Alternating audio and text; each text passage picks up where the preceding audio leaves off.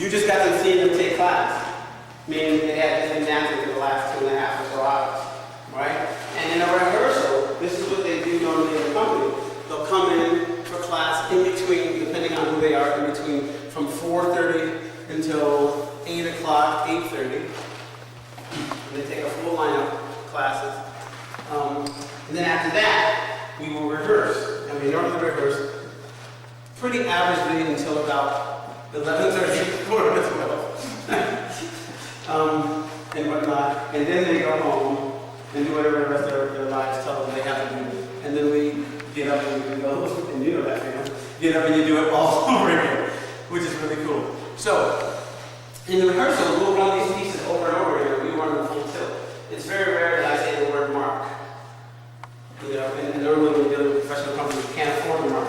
So, but I will let the mark sum up this thought process. Christina is going to show you an excerpt from Bach in the Spanish Court. And Bach in the Spanish Court will be a world premiere, a full world premiere at the concert next month.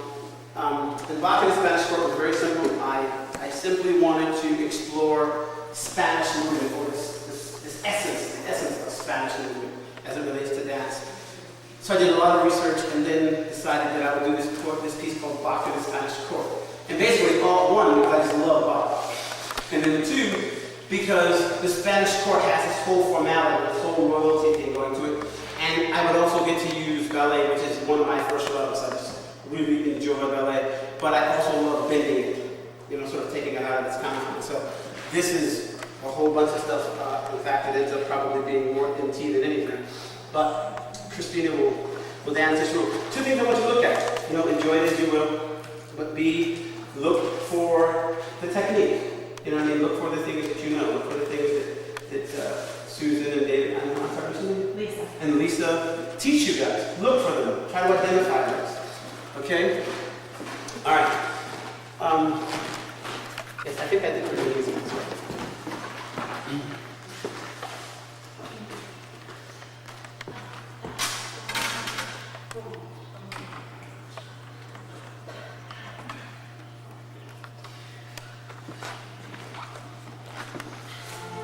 Now, pull your legs.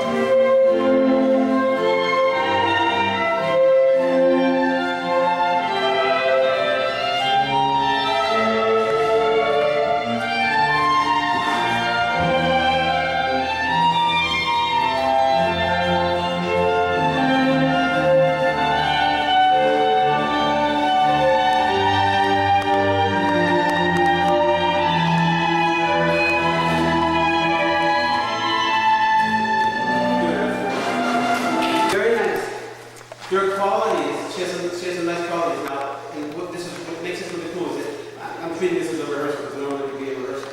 So, not that. But what did you miss? One thing you have to be careful of is try not to change things when you put it in new spaces. I don't think you've ever danced that with those shoes on. And that made all the difference in the world, because you could not feel the floor. Because this piece is done without shoes.